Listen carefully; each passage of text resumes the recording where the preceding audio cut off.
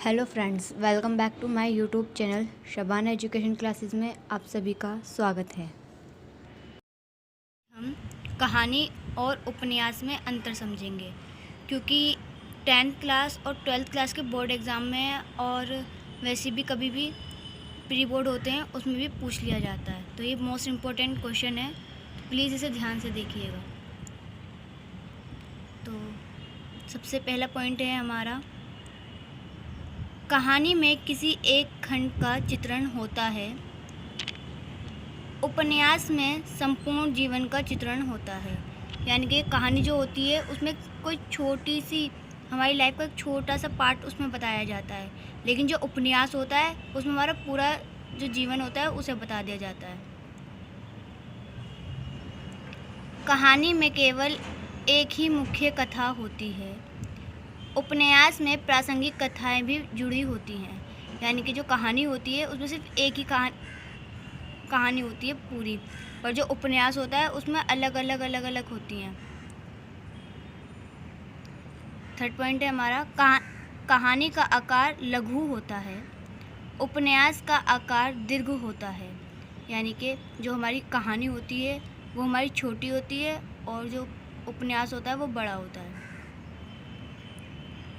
Fourth point देख लेते हैं, चलिए अब हम। कहानी में जीवन की वास्तविक कथा होती है, उपन्यास में जीवन की काल्पनिक कथा होती है, यानी कि जो हमारी कहानी होती है उसमें जो रिलेटेड होती है वो वास्तविक कथा से रिलेटेड होती है, और जो उपन्यास होता है वो हमारे जीवन की काल्पनिक कथा से रिलेटेड होता है। कहानी को एक बैठक में पढ़ा जा सकता है, उपन्यास को एक बैठक में नहीं पढ़ा जा सकता, यानी कि जब हम कोई कहानी पढ़ रहे होते हैं तो उसे एक बार पढ़ के हट जाते हैं, पर जो उपन्यास होता है वो बड़ा होता है, इसकी वजह से उसे काफ़ी टाइम लगता है पढ़ने में। 6 पॉइंट है हमारा, कहानी में कम पात्र होते हैं, उपन्यास में अधिक पात्र होते हैं। जो हमारी कहानी होती है जब वो छोटी होगी तो उसमें पात्र भी कम होंगे, लेकिन जो उपन्यास होता है वो बड़ा होता है तो उसके पात्र भी अधिक होते हैं। 7 पॉइंट है हमारा, कहानी छोटी होती है, उपन्यास बड़ा होता है।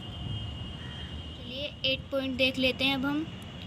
कहानी में एक घटना का वर्णन होता है, उपन्यास में अनेक घटनाओं का वर्णन होता है, यानी कि कहानी जब छोटी होती है तो उसमें किसी एक घटना का ही वर्णन किया जाता है, परंतु उपन्यास बड़ा होता है तो उसमें अनेक घटनाओं का वर्णन किया जाता है।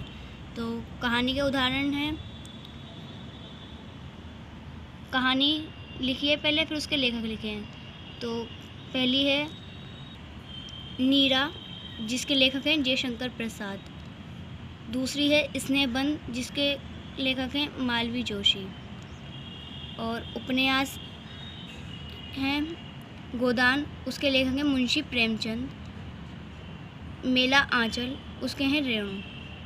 मैं उम्मीद करती हूँ कि आप लोगों को ये वीडियो तो समझ में आई होगी, तो प्लीज़ इस वीडियो को लाइक कीजिए, शेयर कीजिए और ज़्यादा से ज़्यादा हो सके इसे शेयर ही कीजिए ताकि लोगों तक ये पहुंच पाए।